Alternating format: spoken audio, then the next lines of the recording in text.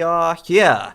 Hello guys and welcome back to the Top Experts League. This is game number 5 now between Mr. Yo and BacT. And well, the score is currently 3-1 to Mr. Yo. A fantastic series of games for him so far. And in the blue at the very north of the map we do have Mr. Yo once again playing as the Mayans. And down to the south in the orange, which is obviously his favorite color, is BacT also playing as the Mayans here. And we do have ourselves a Regicide Fortress matchup, which is always a hell of a lot of fun. I do love Regicide Fortress, and they usually end up being quite exciting games because of the style of the map, obviously.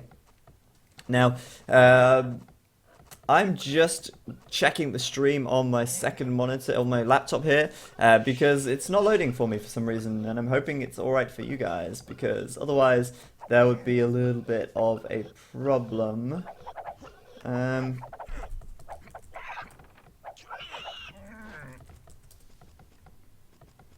Apparently this stream is not working. I don't know why. Oh no, it is on. It is on. You guys just need to refresh. Okay,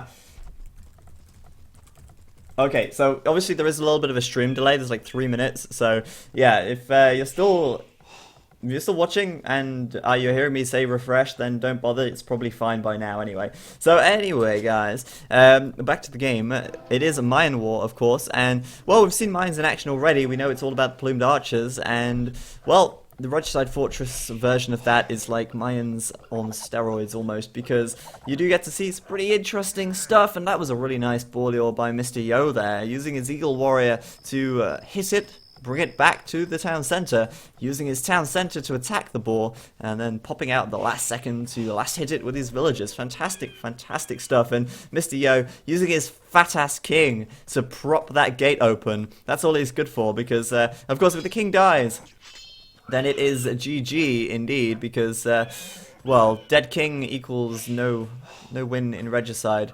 But look at this. This is fantastic play by Mr. Yo, and that's what it's all about. Those little things that can add up to make a whole lot of difference overall. And that little trick there that Mr. Yo is doing, if you can call it a trick, attacking with his villagers and the town center, attacking with his villagers in the town center, even, just bringing those boars in like an absolute boss. I mean, that is absolute perfection right there. BacT doing similar by the looks of things. He as well has his Eagle Warrior inside of his castle now. As you can see, it's on low HP because he did also lure those boar in, and these guys not missing a single trick. And there's a fuel age upgrade for BacT already on 23 population. Mr. Yo clicking up to fuel age on 23 population as well, and that is an incredibly fast time, 4 minutes and 30 seconds. They do not mess around, and of course that is because you do start with more villagers on Regicide Fortress, and obviously these free farms are certainly a bonus as well, so that's great. I love this map. I think it's fantastic. It's always a lot of fun, and well, I am just excited to see how this one shapes out. Now we'll have a quick look at how they wall up and how their maps look even. So at the front here for BacT, we do have 2 gold piles, which is pretty unfortunate as they are way out on the front, but a castle on the hill here perhaps could really keep them nice and safe. And at the south of the map, yeah, at the bottom of the map, he has got himself some nice gold back here. This is really protected. No castle or anything could hit that from the side, so that's a really good thing for him to have. Now, usually on Regicide Fortress, you'll see 4 TCs, and in fact, those who go 4 TCs generally get an upper hand over those who go 3 TCs on Regicide Fortress. And I did a little study of this during the GML. Those of you who remember the GML, I was casting that and I was analyzing those games really in depth, and I noticed that 9 out of 10 times when a player made 4 TCs in Regicide Fortress, they ended up winning against a player who only built 3 TCs. So we'll keep an eye on that and actually see if that comes true here as well. It could be the case that they both make 4, but if they do both make sorry, if one of them does make 4 and one of them does make 3, that's going to be really interesting to see how it pans out. So Market Blacksmith for both of them, they're both going to be doing a fast castle, of course, and 24 population fast castling is pretty intense. Like I said, it's like just Mayans on steroids. They are pretty mad, but wow, look at this. Mr. Yo is trying to trap Bajirfro's king. And of course, remember, guys, if the king dies, it is game over. Of course, this guy can run, and this guy can really run. I mean, look at this. You can see the Eagle Warrior here. He's absolutely legging it. He's sprinting along. But the fat king just waddling around somehow waddles so much faster. I think it's his cape. He obviously has a cape here, but it's not just any cape. It's a streamlined cape. It helps him to move even faster as he runs around the map, scouting with his insanely high line of sight, which is always a useful thing to have. So, yeah, I mean, this is going to be a pretty fast start, obviously, but in terms of actual real fighting and real gameplay, we're not going to see that until a little bit later on still, because they will be wanting to go for that second and third TC very quickly. Now we can see Bajirfro's wood and stone. Well, actually he's spent... Oh, no, he's not spent, because you start with less. Yeah, he's taking a little bit of stone already, so we can get that second and third TC up. But the stone, sorry, not the stone, the wood count for both of them getting higher now as they get ready to boom it up in the Castle Age. And there's the extra 10 gold stone coming in for Bajirfro. And for some reason, I don't know why, but I can't say stone without saying something else, or I can't say another resource without saying stone. Oh, gosh, too long casting. It does crazy things to you. So anyway, Bajirfro first up to castle. There's that TC going up on the front there, and the second TC, well, third TC even, we will have to wait and see. He's not got the resources for it yet, but straight away on that Plumed Archer production, and both of these guys, we're going to be trying to get some map control. Now, we've not really looked at Mr. Yo's map all that much, but his gold is in a pretty bad position. Look at that. That gold there, really under pressure from the edge of this wall. I mean, Bajirfro bringing in those Plumed Archers very quickly could start picking off villagers on this gold here, which is of course going to be a real problem. So Mr. Yo has to bring the Plumed Archers out very quickly here. And he has to defend from the Plumed Archers of Bajirfro. There's no other way about it. He doesn't have any choice whatsoever in the matter. Otherwise, he will just lose his gold income, because his other gold is out on the right as well. His third gold is out on the left. And Mr. Yo has to play this one aggressively, or he will just be such dry of gold, really, and not have any chance at all of pulling back into the game as the game goes on. So Mr. Yo at the moment looking pretty good on the hill here. They both have fletching done, and that is pretty common. Both of them playing by the book at the moment, to be honest with you. Pretty much playing by the book. So there's that second TC, third TC even, from Bajirfro now. One going up at the back on the gold, one going up at the front on the wood. And Bajirfro stopped taking gold, stone. For God's sake, it's stone, man. Yeah, Bajirfro stopped taking stone, and that's interesting. We'll see if he puts any more villagers back onto stone soon. Mr. Yo, on the other hand, well, he's got his second TC up, but the third is slightly delayed, and he's continuing to make Plumed Archers. So he knows he has to make a few more Plumed Archers here, and at the moment, Mr. Yo has got more Plumed Archers out on the field. He has had that production going a little bit faster, so that to him is really important, and you can see him switching quite a few villagers to gold here as well. So we will see where that third TC comes up for Mr. Yo any second. He may put it on the... Ooh, it's going to be tough. It's going to be tough. He might put it back here.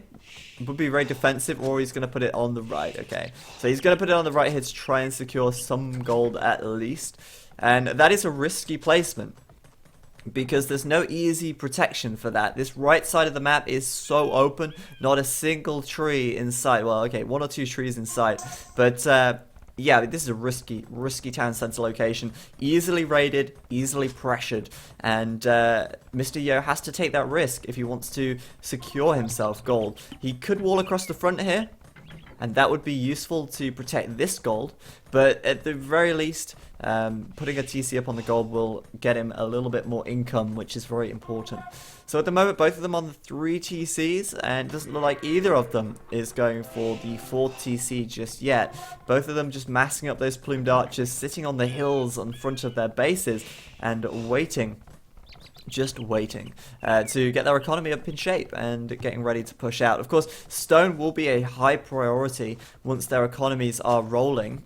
By rolling, I mean once they can afford to keep villagers coming out from all 3 TCs without any stoppages or anything like that.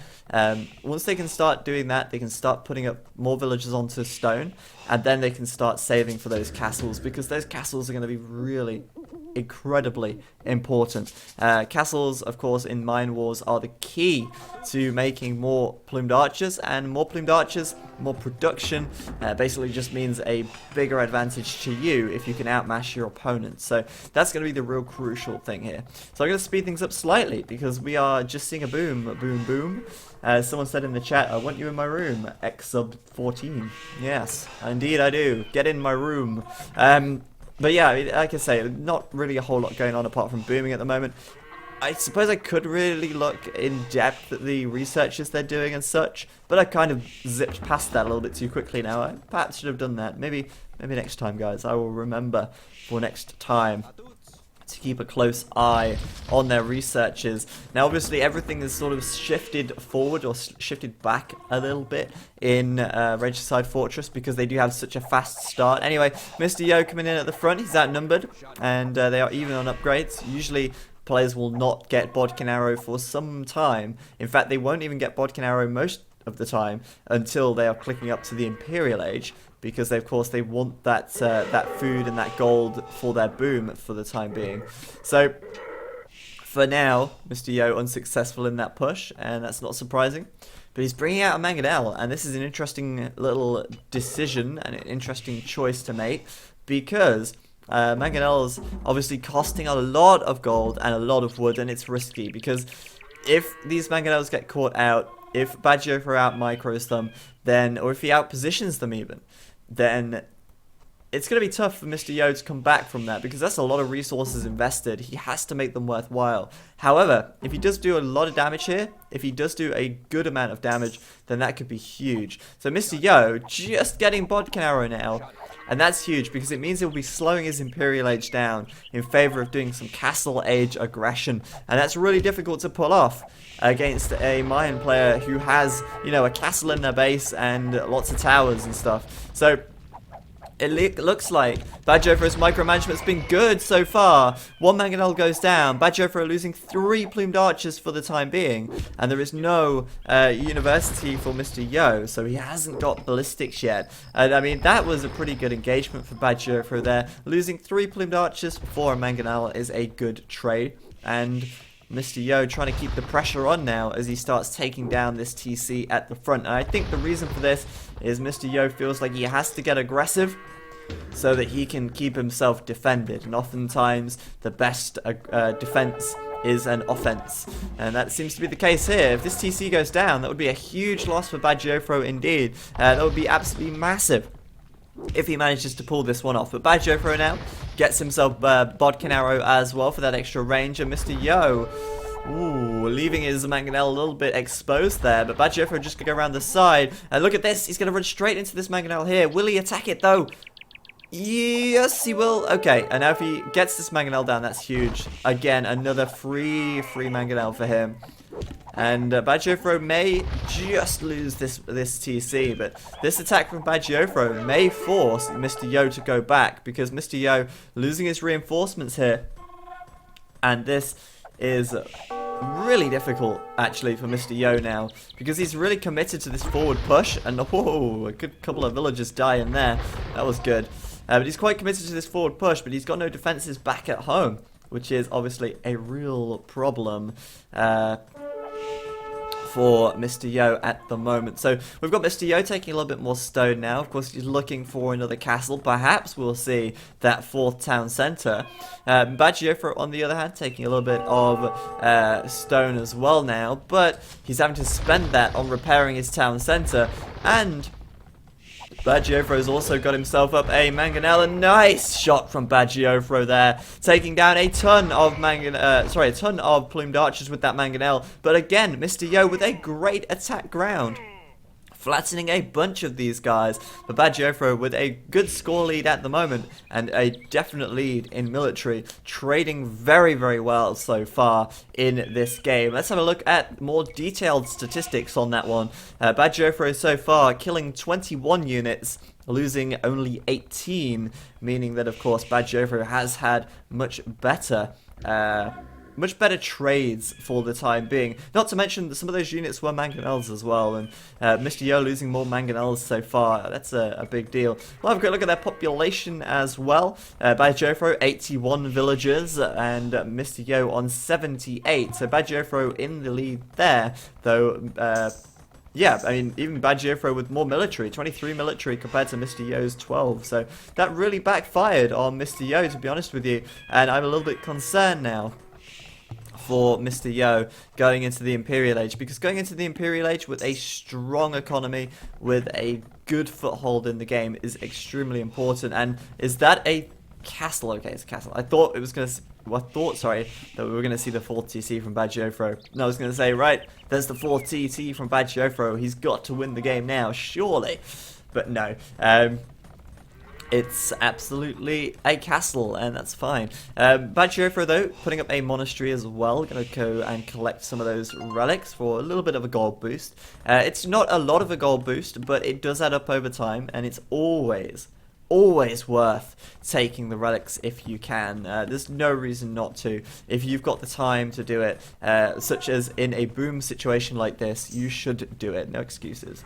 No excuses. So BacT coming in on the left side. Got his plumed archers, keeping that map control, of course, making sure that Mr. Yo is not taking this gold. He's obviously scouting over here to see if Mr. Yo is indeed taking anything here, which he's not. So he knows that he's kind of just in his base at the moment. And as I said earlier, Mr. Yo with a tough wall as well. No easy way for him to wall this off now, unless he walls all the way across here and all the way across the front. And that is just a pain to do, to be honest with you. Mr. Yo as well, still without a second castle yet, though he has just put up an archery range. Of course, that will be for Thumb Ring. That's a really important research to get. Better accuracy, faster firing speed, make sure units are a lot more effective. And for the time being, both of them completely even on upgrades. But funnily enough, Mr. Yo actually up to the Imperial Age first, and he's going up on 109 population, and he's 55% of the way up to the Imperial Age. But this is a huge engagement now. BacT in the center of the map with a great amount of plumed archers here. He's going to focus down that mangonel, of course, and Mr. Yo is not paying enough attention here at all. This castle will not go up as BacT kills off the rest of these villagers trying to build it, and that is a huge, huge loss for Mr. Yo. BacT with a fantastic play there, and now he can actually sweep through Mr. Yo here, as Mr. Yo's plumed archers are very low on health and very few in numbers. This castle completely denied, and this is not the position Mr. Yo wants to be in as he goes up to the Imperial Age. This is absolutely terrible for Mr. Yo even.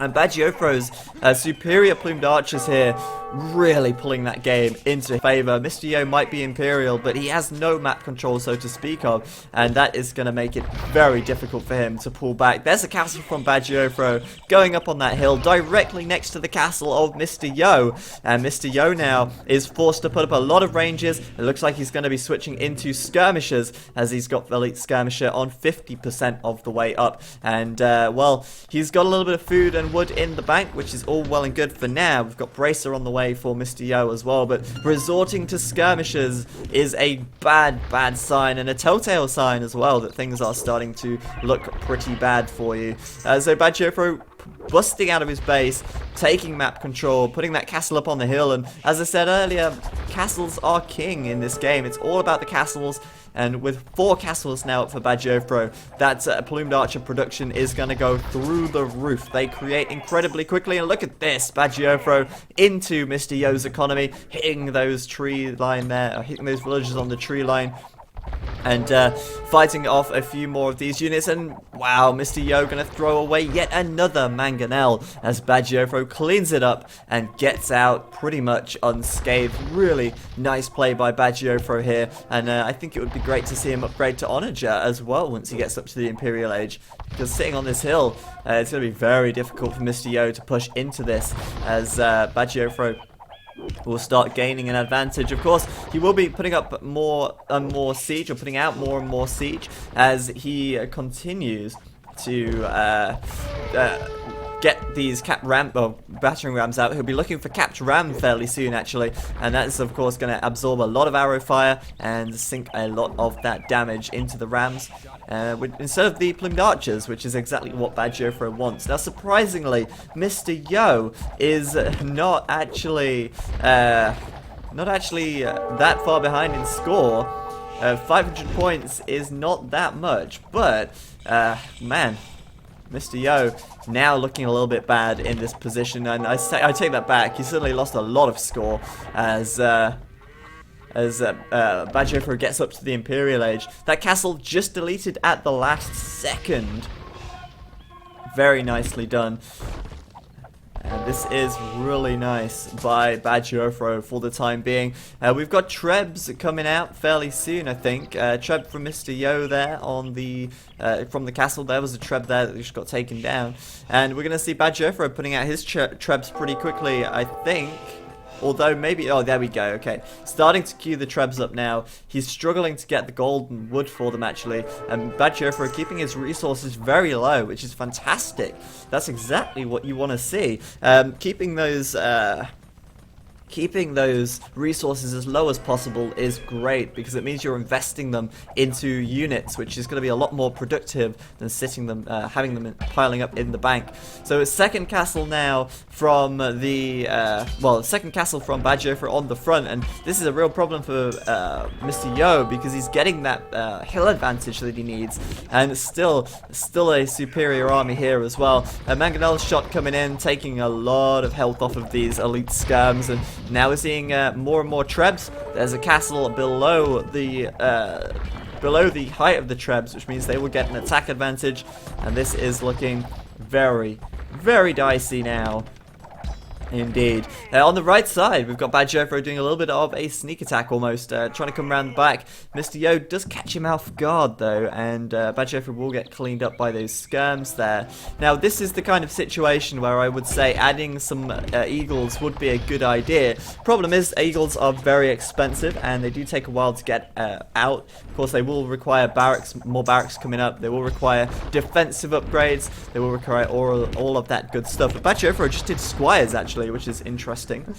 We will see if he actually decides to add in some Eagle Warriors in the end, and they would be great at dealing with these elite skirmishers. Eagle Warriors are fantastic at dealing with them, as they will just soak up so much damage from them. So I'm just looking at the text here. Bad Jofro conscription done, ring archer armor done as well, so that means fully upgraded elite plumed archers at the moment, and that is the same for Mr. Yo as well. But really, Mr. Yo's going to have a tough time pushing uphill. It's mostly about the Treb war at the moment, and that is what Bad Jofro is winning. The Treb war is really going in Bad Jofro's favor here.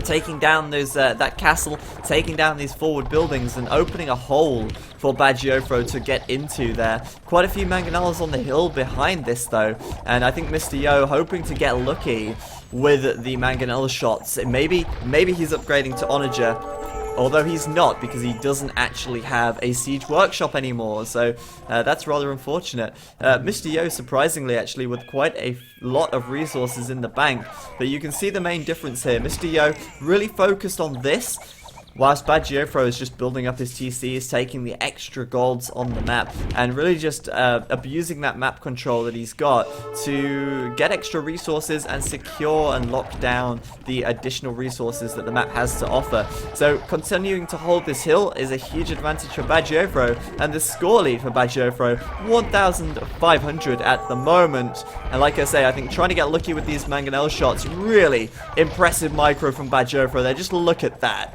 He got in there, he killed the mangonel, and he got out again pretty much unscathed. But he has still got to be careful. These mangonels will do good damage, but just fantastic micro overall. And at the same time, he's fighting this, doing all of this impressive micromanagement. and he's doing all of his eco at the same time, and he's checking out everything else, and it's just insane.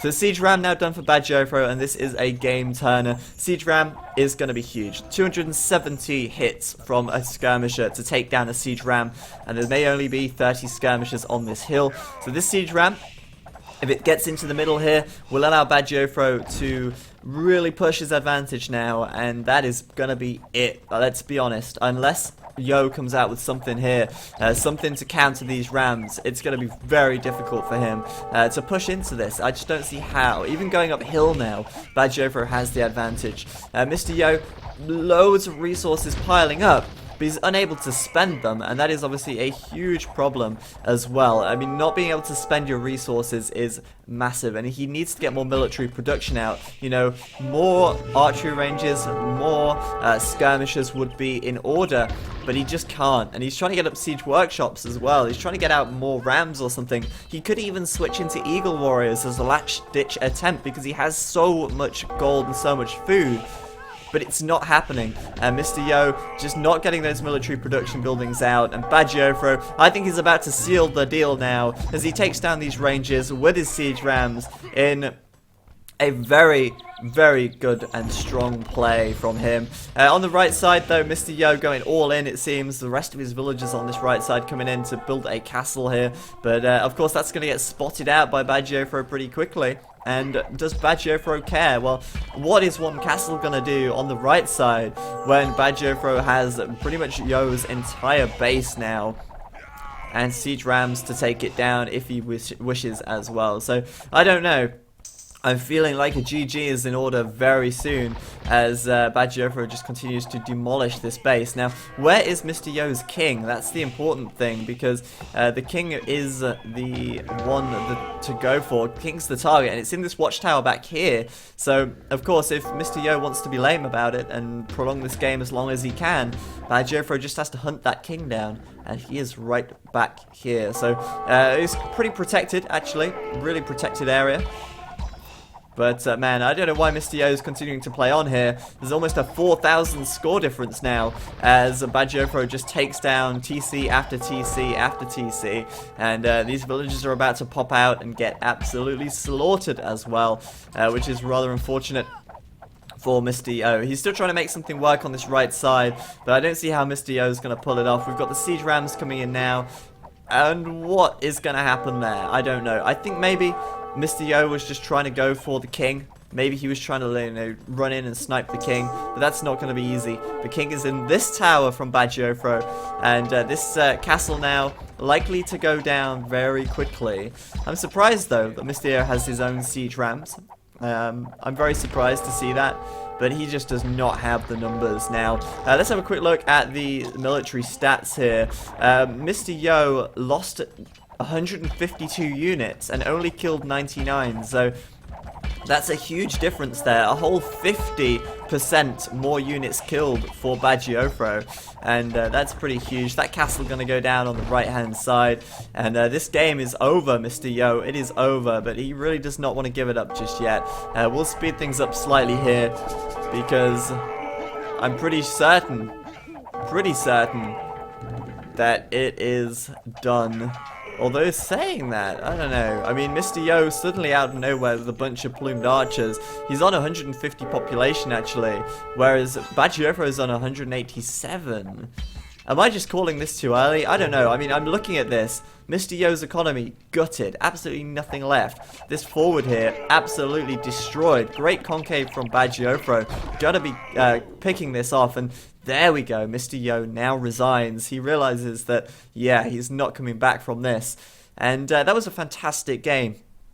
And it just shows the importance of map control. And even though Mr. Yo did get up to the Imperial Age first, because he had that lack of map control, because he wasn't able to complete that castle on the hill, Bad Jofro could quickly turn it around, keep Mr. Yo pinned inside of his base, and then once he got to the Imperial Age, pushed his advantage more and more and more, taking those extra gold on the map and really just playing a fantastic game there. So Bad Jofro, a well-deserved win, making this series a 3-2. And of course, this is a best of 7. So game number 6 will be coming your way in just a moment's time.